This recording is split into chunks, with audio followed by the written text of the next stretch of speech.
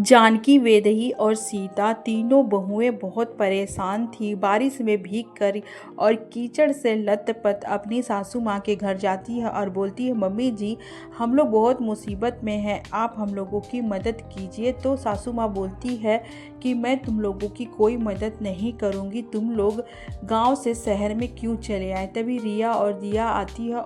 जानकी, सीता, वैदेही तुम तीनों गांव से क्यों चली आई? तुम लोगों के अंदर से ना गंदगी की बदबू आ रही है। एक तो तुम लोगों का कपड़ा गंदा है और फर्श से गीला। मेरे फर्श पे खड़ी हो और मेरा पूरा का पूरा फर्श गंदा कर दिया। और तुम लोगों की गंदी स्मेल ना पूरे घर में स्मेल ही स्मेल फैला दिया। अब 1 मिनट का भी देरी मत करो और चली जाओ यहाँ से। जानकी, सीता और वैदेही बहुत परेशान और वो बेचारी बिना मदद लिए वापस घर आती है। जानकी, वैदेही, सीता का घर गांव में था। यहाँ राम, राज और राहुल, मिष्टी और किट्टू 2 बच्चों के साथ बैठकर अपनी पत्नियों का इंतज़ार कर रहे थे। हो सकता है कि मम्मी जी कुछ मदद करें। तभी वहाँ पे सीता, वैदेही और जानकी आती है एकदम मायूस, आंखों में आंसू लेकर, और अपने पति राम से कहती है कि राम, राहुल, राज, मम्मी जी हम लोगों की कोई मदद नहीं करेंगी। वो तो हम लोगों से सीधा मुंह बात भी करना पसंद नहीं करती है। अब क्या होगा हम लोगों का कुछ समझ में नहीं आता है। सीता बोलती है कि भाभी कुछ न कुछ तो करना ही पड़ेगा। इन लोगों का ऐसी हालत क्यों हुआ, यह जानने के लिए कहानी में थोड़ा पीछे जाना होगा। तीनों बहुएं गांव में थी और कड़कती धूप में खेती किया। जितना भी जमा पूंजी पैसा था सारा पैसा खेती में लगा दिया। गांव के लोग राहुल को और राज को आकर समझाते हैं कि तुम लोग बहुत बड़ी बेवकूफ़ी कर रहे हो। एक बारिश नहीं हुआ है और कड़क धूप में सूखी मिट्टी में तुम लोग फसल के बीज बोए हो। अगर बीज उत्पन्न नहीं हुआ तो तुम लोगों का क्या हाल होगा। लेकिन तीनों भाइयों ने गांव वालों की बातों पे भरोसा नहीं किया और सूखी बंजर ज़मीन में जुताई किया और सब्जी लगा दिए। पूरा जितना जमा पूंजी था सब खेत में लगा दिए और फिर इंतज़ार करने लगे कि हम लोगों की अच्छी खेती होगी तो वो खेती बेचकर हम लोग अपना जीवन यापन करेंगे। सीता, वैदेही, जानकी, राम, राज और राहुल सभी लोग पूरी मेहनत के साथ खेतों में काम किया, बीज डाला और फिर घर में जा कर के सो गए। धीरे धीरे करके वक्त बीतता है, बीज थोड़े थोड़े बड़े होते हैं और फिर पूरा का पूरा फसल तैयार हो जाता है। सभी लोग आते हैं खेत में, देखते हैं कि अब फसल पूरा तैयार हो गया है। अब हम लोगों को ना कल फसल काट कर के शहर में बेचना है। सभी लोग रात का खाना खाते हैं और फिर अपनी अपनी बिस्तर पे जा कर के सो जाते हैं। रात को सीता को नींद नहीं आ रहा था, उसको अंदर से कुछ बेचैनी सा महसूस हो रहा था, लेकिन वो ज़्यादा इस चीज़ पे ध्यान नहीं देती है और वो सो जाती है। अगली सुबह क्या होता है, रात भर इतना ज़ोर का बारिश हुआ कि बारिश की वजह से फसल पूरा का पूरा ख़राब हो गया। राम, राज, राहुल तीनों लोग जब खेत में जाकर देखते हैं तो वो लोग सिर पे हाथ रखकर बैठ जाते हैं। वैदेही, सीता, जानकी तीनों भाग कर जाती है और जाकर खेत का नज़ारा देखती है। उन लोगों का पूरा फसल पानी में बह चुका था, कुछ भी नहीं बचा। पैसा था वो खेत में बीज डालने में लग गया और बारिश पूरा का पूरा फसल ही नुकसान कर दिया। अब उन लोगों के पास कुछ भी नहीं बचा, जो पैसा था सारा का सारा ख़त्म हो गया। सभी लोग आंखों में आंसू लिए और अपने किस्मत को कोसने लगे। अगर हम लोग कल ही खेत का अनाज काट कर घर में रख लेते तो आज ये दिन नहीं होता। राम सीता को बोलता है कि बहुत गलती हो गया सीता, हम लोगों से अब हम लोग क्या करेंगे, आज का खाना क्या होगा। सीता जाती है किचन में, देखती है ड्रम में थोड़ा सा चोकर पड़ा था, उसी का रोटी बनाती है और सभी को देती है खाने के लिए। चोकर का रोटी सभी लोग खाते हैं और फिर सो जाते हैं। मिष्टी और किट्टू अगले दिन दूध के लिए रोने लगे। मिष्टी बहुत रो रही थी, उसको दूध पीना था। किट्टू भी छोटा था, वो भी दूध के लिए रो रहा था। वैदेही बिल्कुल परेशान थी कि अब मैं अपने बच्चों का पेट कैसे भरूं। वेदही जाती है बगल में दूध मांगने, लेकिन कोई मदद नहीं करता है। एक अंकल थे जो थोड़ा सा आधा गिलास दूध देते हैं। वेदही वो दूध का गिलास लेकर के घर आती है और मन में सोच रही थी कि मेरे 2 बच्चे हैं और आधा गिलास दूध मिला है, तो मैं आधा गिलास दूध से कैसे क्या करूँगी, मैं बच्चों को कैसे पिलाऊँगी। वो बिना देरी किए एक बर्तन लेती है और उसमें दूध डालती है, पानी ज़्यादा डाल देती है और उसको उबाल कर थोड़ा पका लेती है ताकि पानी का अंश थोड़ा सा डाउन हो जाए। लेकिन दूध कम पानी ज़्यादा था, उसका तो टेस्ट आने वाला था नहीं। लेकिन गरीबी से मजबूर माँ क्या कर सकती है, अपने भूखे बच्चों का पेट भरने के लिए वेदही ये कदम उठाती है और गिलास भरकर वो पानी वाला दूध किट्टू मिष्टी को दे देती है। जब किट्टू मिष्टी दूध पीते हैं तो बोलते हैं कि मम्मा इसमें दूध कहाँ है, बस पानी लग रहा है मम्मा। तो वेदही बोलती है बच्चों आज पी लो, कल मैं तुम्हें अच्छा वाला दूध दूंगी। तीनों भाई जब सुबह उठते हैं तो आपस में बातें करते हैं कि अब हम लोग क्या करें, कुछ समझ में नहीं आ रहा है। एक तो हम लोगों के पास जो पैसा था सारा खेत में लगा दिए, वो सारा ख़त्म हो गया। आज हम लोग का टाइम ऐसा है कि हम लोगों के पास खाने के लिए कुछ नहीं है। तीनों भाई शहर में जाते हैं काम की तलाश में।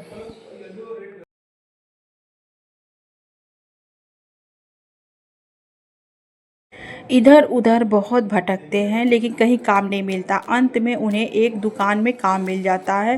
बोरी भर भर कर अनाज एक जगह से दूसरी जगह पहुंचाना था। उधर मिष्टी किट्टू भूख के मारे परेशान इंतज़ार कर रहे थे कि पापा कब आएंगे मम्मी। तभी तीनों भाई घर आते हैं। उन लोगों का सर में से हाथ में से खून निकल रहा था। तो वेदही सीता जानकी अपने अपने पति को देखकर परेशान हो जाती है। तो सीता बोलती है क्या हुआ जी, आप लोगों की ऐसी हालत कैसे हो गई। तो राहुल बताता है कि भाभी क्या बताएं, हम लोग आज सारा दिन काम किए और शाम को जो हम लोगों का पैसा मिला तो लेकर के हम लोग घर आ रहे थे और रास्ते में कुछ चोर मिल गए और हम लोगों का पैसा छीन लिए और मार पीट कर ये हालत कर दिए। अब क्या होगा भाभी, कुछ समझ में नहीं आ रहा है। तभी सीता किचन में जाती है और देखती है कि खाने के लिए कुछ है या नहीं, क्योंकि बच्चे भूख के मारे रो रहे थे। एक रोटी पड़ा था, सीता उठा के लाती है, उसका हाफ हाफ करके दोनों बच्चों को दे देती है। सीता वेदही जानकी तीनों लोग घर से बाहर निकल जाते हैं कि अब हम लोगों को कुछ काम करना पड़ेगा। इधर दोनों बच्चे हो जाते हैं बीमार भूख के मारे। तीनों चारों सब आपस में मिलकर बैठकर बातें करते हैं कि अब हम लोग क्या करें। अब हम लोगों के पास कोई रास्ता नहीं है, कुछ समझ में नहीं आ रहा, ऊपर से बच्चे भी बीमार हो गए हैं। तो सीता बोलती है कि अब कोई रास्ता नहीं बचा हम लोगों के पास। अब हम लोगों को जाना पड़ेगा शहर में मम्मी जी के पास कुछ मदद लेने के लिए। तभी तीनों बहुएं पानी में भीगते हुए सासू माँ और सिया दियारिया के पास जाती है मदद लेने के लिए। लेकिन वो लोग जो शहर में रहते थे, सासू माँ और उनकी जेठानियाँ, उन लोगों की कोई मदद नहीं करती है और उल्टा धक्के मार के उन लोगों को भगा देती है। इसीलिए वो लोग गांव में आ जाती है। सीता जानकी वेदही आपस में बातें करती है कि मम्मी जी की बहुएं हम 3 हैं और सिया दिया भी है। मम्मी जी उन लोगों को ज़्यादा प्यार करती है और ज़्यादा मान सम्मान करती है, लेकिन हम लोगों का हक बराबर है। तभी वेदही बोलती है कि हाँ भाभी आप बिल्कुल सही कह रही है, वो लोग हमें धक्के मार कर निकाल दिए तो हम लोग गांव में चले आए। आज हम लोग की स्थिति खराब है, हम लोग हार नहीं मानेंगे, हम लोग फिर से शहर में जाएंगे और मम्मी जी से अपना हिस्सा मांगेंगे। उधर सिया दिया आपस में बातें करती है कि अच्छा हुआ मम्मी जी उन तीनों को धक्के मार के भगा दी, वरना वो तीनों तो यहाँ पे आकर कब्जा जमा लेती शहर में और गांव में जाने का नाम भी नहीं लेती। इस तरह से उन लोग दोनों आपस में बातें कर ही रही थी। तभी गांव से वेदही, सीता और जानकी राम राज राहुल के साथ शहर में आते हैं और बोलते हैं कि मम्मी हम लोगों का बंटवारा करो, तुम लोग शहर में रहते हो और हम लोग गांव में, तुम लोग को महंगा ज़मीन है शहर का और हम लोगों का छोटा सा ज़मीन और गांव का कच्चा मकान मिला, हम लोगों को भी हिस्सा में बराबर चाहिए। तो मम्मी बोलती है कि तुम लोग गांव में रहते हो और गांव में ही रहो, तुम लोग के लिए वही जगह सही है। तुम लोग शहर में रहने के लायक नहीं हो और मैं इस ज़मीन की मालकिन हूँ। मैं जहाँ जो चाहूँ वो करूँगी। मैं सिया और दिया को शहर का ज़मीन और घर दूँगी और तुम तीनों को गांव का मिट्टी का मकान और छोटा सा ज़मीन का टुकड़ा। तुम लोगों को पसंद है तो रहो, वरना जाओ यहाँ से। तीनों बहुएं और तीनों बेटा अपना अपना सामान उठाते हैं और गांव की ओर चल देते हैं। राम बोलता है कि माँ बड़ी है तो मैं उनसे कोई बहस नहीं करूँगा। माँ मुझे ज़मीन का छोटा टुकड़ा देगी, मिट्टी का कच्चा मकान देगी, मुझे मंजूर है। सभी लोग गांव में आ जाते हैं और घर में खाने को कुछ नहीं था। सीता, वैदेही और जानकी तीनों लोग अपना अपना जो भी छोटा मोटा गहना था, कान का, अंगूठी, सब निकाल कर लाती है और बोलती है अपने अपने पतियों से कि ये लीजिए, हम लोगों के पास जो भी थोड़ा बहुत गहना है इसको बेच दीजिए और जो पैसे आएंगे तो बच्चों का इलाज करवाएंगे और फिर से ज़िंदगी शुरू करेंगे। खेत का टुकड़ा मिला है तो फिर से बीज बोएंगे और जो करना होगा सो करेंगे। राम बोलता है कि ये मैं नहीं चाहता था, लेकिन मजबूरी में मुझे तुम लोगों का गहना बेचना पड़ेगा। गहना बेच करके पैसे आते हैं और उन पैसों से बच्चों का इलाज होता है और तीनों भाई शहर में जा कर के काम ढूंढते हैं। और इधर सीता बोलती है मैं खेती करूंगी। वैदेही बोलती है अरे भाभी ये क्या, देखिए पानी जमा है, इसमें तो मछलियाँ हैं। तो सीता बोलती है ठीक है, मैं खेत का काम करूंगी, वैदेही तुम इस मछली का पालन पोषण करना और जब मछली बड़ा हो जाएगा तो इसको हम लोग बेचेंगे। और जानकी तुम घर का काम करना और बच्चों को संभालना। तीनों आपस में काम बांट लेते हैं। सीता खेती का काम चुनती है क्योंकि वो बड़ी थी, समझदार थी उन दोनों से। और वैदेही बोलती है मैं मछली का अच्छे से ख्याल रखूंगी और जानकी बोलती है मैं घर संभालूंगी। अगले दिन सीता सुबह सुबह उठती है और खेत में हल जोतना स्टार्ट करती है। जैसे ही वो हल चलाती है, हल चल नहीं रहा था लेकिन वो फिर भी भगवान का नाम लेकर हल चलाते रहती है। पैर में कंकड़ चुभ जाता है, खून निकलता है, लेकिन सीता एक पल के लिए भी नहीं रुकती है और बोलती है अपने मन में सीता तुमको करना होगा, सीता तुमको करना होगा। वह हिम्मत जुटाकर पूरा खेत जोतती है और उधर वैदेही मछली का देखभाल करती है। मछली के पानी में ना प्लास्टिक गिर गया था तो वो उसे डंडे से निकालकर साफ करती है। इधर सीता गोबर लाती है और कटा हुआ सब्जी फल लाती है और उसका ऑर्गेनिक खाद बनाती है और उस खाद को खेतों में सीता भाभी ऑर्गेनिक खाद पूरे खेत में फैला देती है और बीज डाल देती है। अगली सुबह सीता, वैदेही और जानकी तीनों लोग अपने अपने कामों में लग जाते हैं। वैदेही मछली पालन में लग जाती है और सीता भाभी खेत में जाकर के खेत की देखभाल करती है और जानकी सभी के लिए खाना बनाती है। जानकी जब खाना बना रही थी तो बहुत तेज़ी से गर्मी लगती है और माथे से टप टप करके पसीना टपकता है। जानकी सोच रही थी कि मैं खाना तो बना रही हूँ लेकिन मुझे खाना बनाने में बहुत गर्मी लग रही है, गर्मी के मारे मुझे चक्कर आ जाएंगे। उधर मिष्टी किट्टू भी बेचारे गर्मी के मारे परेशान, आंखों में आंसू लिए थे। तभी वहाँ राम और राज, राहुल सभी लोग आते हैं। सभी को खाना परोस करके सीता खिलाती है और फिर जानकी जाकर के बर्तन धोती है पसीने में भीग कर और उस मन में सोचती है खाना बनाना तो कोई बड़ी बात नहीं है। सीता भाभी और वैदेही भाभी इतना ज़्यादा मेहनत कर रही हैं तो मैं तो बस घर ही संभाल रही हूँ, खाना बना रही हूँ, लेकिन गर्मी बहुत ज़्यादा है। अगर गर्मी का कोई उपाय हो जाता ना तो बहुत अच्छा होता। तभी सीता भाभी सुन लेती है और अगले दिन सीता भाभी खिड़की को तोड़कर बड़ा कर देती है और एक चिमनी लगा देती है और साइड में कुछ पौधे भी। जब सुबह में जानकी उठ कर जाती है किचन में खाना बनाने तो वो चौंक जाती है। इतना बड़ा खिड़की था जिससे ठंडी हवा अंदर आ रही थी और छत पे चिमनी लगा हुआ था और पौधे भी कुछ थे।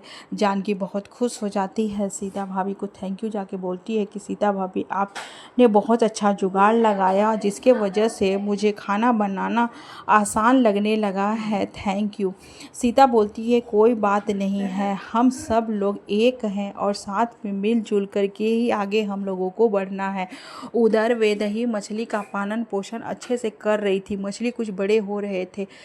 मछली के तालाब में कुछ प्लास्टिक के टुकड़े थे, वो डंडे से बाहर निकालती है और मन में सोचती है प्लास्टिक खाने से मछली थोड़े ना तंदुरुस्त, मोटा और बड़ा होगा, इन लोगों के लिए भी तो कुछ खाना लाना होगा। वो घर जाती है, आटा गूंथती है और आटे का छोटा छोटा गोली बना करके तैयार करती है और उस गोली को ला करके मछली के तालाब में एक एक करके डालती है और बोलती है खा के मोटे हो जाओ मेरी मछलियों। धीरे धीरे करके वक्त बीतता है और सीता भाभी की मेहनत रंग लाती है। खेती में अच्छे फसल, सब्जी, फल फूल सब तैयार हो जाता है। सब आपस में बैठकर बातें करते हैं। जानकी भाभी बोलती है कि अब हम लोगों का मेहनत रंग ला रहा है, हम लोगों का फसल भी तैयार हो गया और मछलियाँ भी बड़ी हो गई। तीनों बहुएं जाती हैं, एक टोकरी लेकर के आती है और टोकरी में फल भरकर और सब्जियां भरकर राम उस टोकरी को बारिश में भीग भीग कर घर घर कॉलोनी में जा कर के आवाज़ लगा लगा करके बेचता है। जब कस्टमर आते हैं और फल और सब्जियां देखते हैं तो उनके मन में लालच आ जाता है कि इतनी हरी और ताज़ी फल सब्जियां घर के आगे मिल रहा हो भी बारिश में, सभी लोग खरीदते हैं। और राहुल और राज मछली और फल सब्जी लेकर के सब्जी मंडी में जाते हैं और फिर बेचते हैं। वहीं पे सिया और दिया आती है और बोलती है वाह रे छोटे नवाब, तुम लोगों का असली औकात यही है, तुम लोग इसी लायक हो जो काम कर रहे हो, इससे ज़्यादा तुम लोगों की औकात नहीं है। राहुल कोई जवाब नहीं देता है और सिया बोलती है कि मुझे 1 किलो फल, 1 किलो सब्जी और 1 किलो मछली दो। राज सारी चीजें तौल करके उन लोगों को थमा देता है। राहुल बोलता है कि भाभी आप ऐसे ही ले जाइए, मैं आप लोगों से पैसे नहीं लूँगा। सिया और दिया वहाँ से ऐंठ कर निकल जाती है और रात को जब सभी परिवार इकट्ठा मिलते हैं तो राज राहुल तीनों लोग पैसे निकाल कर देते हैं और आपस में बातें करते हैं। तो राहुल बोलता है कि भाभी लोग आई थी, मैंने उन लोगों को 1-1 किलो सारी चीज़ें दिया, लेकिन मैंने उन लोगों से पैसे नहीं लिए। तो सीता भाभी गुस्सा हो जाती हैं और बोलती हैं क्यों नहीं पैसे लिए, फ्री में बांटने के लिए नहीं हम लोग बिज़नेस कर रहे हैं। धीरे धीरे करके उन लोगों का टाइम बदलता है और एक झोपड़ी की जगह पे एक अच्छा सा मकान बन जाता है और किचन भी बहुत अच्छा बन जाता है। धीरे धीरे उन लोगों का समय बदल जाता है और इधर शहर में सिया दिया नाटक करती है कि मम्मी जी चलिए बाहर कहीं घूमने। मम्मी जी तैयार हो जाती है तीर्थ स्थान पे जाने के लिए, वो पैकिंग कर लेती है, लेकिन सिया दिया का गेम कुछ और था। वो मम्मी जी को अपने साथ नहीं रखना चाहती थी। वो चाहती थी कि अब वो गांव में जाए और जा कर के सीता, जानकी और वैदेही के साथ रहे। अब वो मम्मी जी से अपना पीछा छुड़ाना चाहती थी। सिया दिया मम्मी जी को लेकर के जाती है और रास्ते में छोड़कर घर चली आती है। इधर सीता, जानकी, वैदेही रात को बैठकर आपस में बातें कर रही थी। तभी दरवाजे पे दस्तक होती है तो सीता भाभी जाकर दरवाज़ा खोलती हैं तो क्या देखती हैं, सामने खड़ी हैं मम्मी जी। और मम्मी जी घर के अंदर झट से आ जाती हैं और बोलती हैं क्यों बहू, तुम लोग तो बोलती थी ना कि मम्मी जी गांव में चलो, मम्मी जी गांव में चलो, मैं आप लोगों की बहुत सेवा करूंगी, तो मैं आ गई हूँ तुम लोगों से सेवा कराने के लिए। तो सीता, जानकी और वैदेही तीनों लोग बहुत ही सम्मान के साथ मम्मी जी को घर के अंदर लाती है और फिर बोलती है मम्मी जी आपके हाथ में चोट कैसे लग गया। तो मम्मी जी छुपाते हुए बात को बोलती है कि मैं जल्दी जल्दी आ रही थी तो मैं फिसल कर गिर गई, उसी का चोट है। अब तुम लोग ज़्यादा बातें मत बनाओ और चलो बताओ मुझे रहना कहाँ है। तो जानकी जाके मम्मी जी का कमरा दिखाती है। मम्मी जी अपने बिस्तर पे बैठती है और बोलती है कि तीनों बहुएं मेरे सेवे में लग जाओ, एक लोग मेरा पैर दबाओ, एक लोग मेरा हाथ दबाओ और एक लोग मेरा सर दबाओ। तीनों बहुएं मम्मी जी का बिना देरी किए सेवा करना स्टार्ट कर देती है। तो मम्मी जी बोलती है अरे वाह, मुझे तो बहुत आनंद आ रहा है, तुम लोग इसी तरह से मेरी सेवा करते रहो।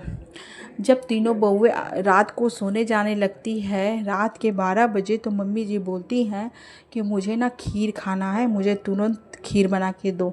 घर में दूध नहीं था तो सीता भाभी बोलती है वैदेही को कि जाओ जाके बगल में से 1 किलो दूध लेकर के आओ, मैं अभी तुरंत खीर बना करके देती हूँ। वैदेही जाती है और 1 किलो दूध लेकर के आती है और तुरंत तीनों बहुएं खीर बनाकर मम्मी जी को खिलाती है। मम्मी जी बहुत खुश हो जाती है, ऊपर से गुस्सा होने का नाटक करती है, लेकिन अंदर से सोचती है कि ये तीनों बहुओं का कितना अच्छा आदर सत्कार मेरा कर रही है। एक सिया दिया थी जो सीधा मुँह मुझसे बातें नहीं करती थी और मैं उन लोगों के ऊपर अपनी जान छिड़कती थी और इन लोगों से नफ़रत करती थी। अब आज ये तीनों बहुएं मेरी कितनी सेवा कर रही है। उधर राहुल और राज अपना एक छोटा सा दुकान खोल लेते हैं, सब्जी का और मछली फल का। तो सामने ही बड़े भाइयों का दुकान था। तो कोई कस्टमर बोलता है उनके बड़े भाइयों से कि आपकी माँ कहाँ गई। तो बड़े भाई लोग बोलते हैं कि मेरी माँ तो तीर्थ स्थान पे गई है। तो राहुल और राज चौंक जाते हैं, बोलते अरे माँ तो हम लोगों के साथ है, तो फिर भाई झूठ क्यों बोला। उन लोगों को ये बात हजम नहीं होता है और वो लोग उन लोगों की बातें सुनकर अपने सिया दिया भाभी के पास जाकर के पूछते हैं राहुल और राज कि माँ कहाँ है। तो सिया दिया बोलती है कि मम्मी जी को हम लोग धक्के मार के घर से बाहर कर दिए हैं और पता नहीं कहाँ है, उसकी हम लोगों को जानकारी नहीं है। राम, राज, राहुल तीनों भाई घर आते हैं और अपनी मम्मी को बोलते हैं कि मम्मी तुम मेरे घर से निकल जाओ, क्यों आई हो मेरे घर में, तुम तो शहर में रहती थी ना, तो फिर यहाँ क्यों आई हो, तुम तो हमेशा अपने दोनों बच्चों को ज़्यादा प्यार करती थी, हम लोगों से नफ़रत करती थी, तो फिर आज मेरे घर गांव में क्यों आई हो, चली जाओ यहाँ से। जैसे ही वो लोग अपनी मम्मी को बाहर निकालने का कोशिश करते हैं, वैसे ही मम्मी जी हाथ पर जोड़कर माफ़ी मांगने लगती है और बोलती है बेटा मुझे माफ़ कर दो, मेरे दोनों लाडले बेटे ने मुझे घर से बाहर निकाल दिया। तो राम, राज, राहुल ही बोलते हैं कि माँ मैं यही बातें सुनना चाहता था तुम्हारे मुंह से, लेकिन तुम घर आई लेकिन हम लोगों को कुछ भी नहीं बताई कि भैया ने तुम्हें घर से बाहर निकाल दिया है। माँ मैं अभी भैया से और भाभी से मिल कर आ रहा हूँ, मैंने कह दिया कि मुझे आपके धन दौलत में कुछ नहीं चाहिए, मेरे पास माँ है तो मैं दुनिया का सबसे अमीर आदमी हूँ। अपने बेटे के मुंह से ये बातें सुनकर मम्मी जी की आंखों में आंसू आ जाता है और वो हाथ जोड़कर सीता, जानकी और वैदेही से, राम, राज, राहुल से, सभी से हाथ जोड़कर माफ़ी मांगती है और बोलती है कि बेटा बहू मुझे माफ़ कर दो, मैं उन दोनों बेटा बहू को बहुत प्यार करती थी, लेकिन मुझे नहीं पता था कि वो लोग मेरे साथ ऐसा व्यवहार करेगी और तुम लोगों को तो मैं बिल्कुल भी प्यार नहीं करती थी और तुम लोगों ने मुझे उठाकर ताज बना दिया। मम्मी के मुंह से ये बातें सुनकर सारे बहुएं खुश हो जाती हैं कि कम से कम मम्मी जी हम लोगों को इस लायक तो समझी और सभी लोग खुशी खुशी एक घर में रहने लगते हैं।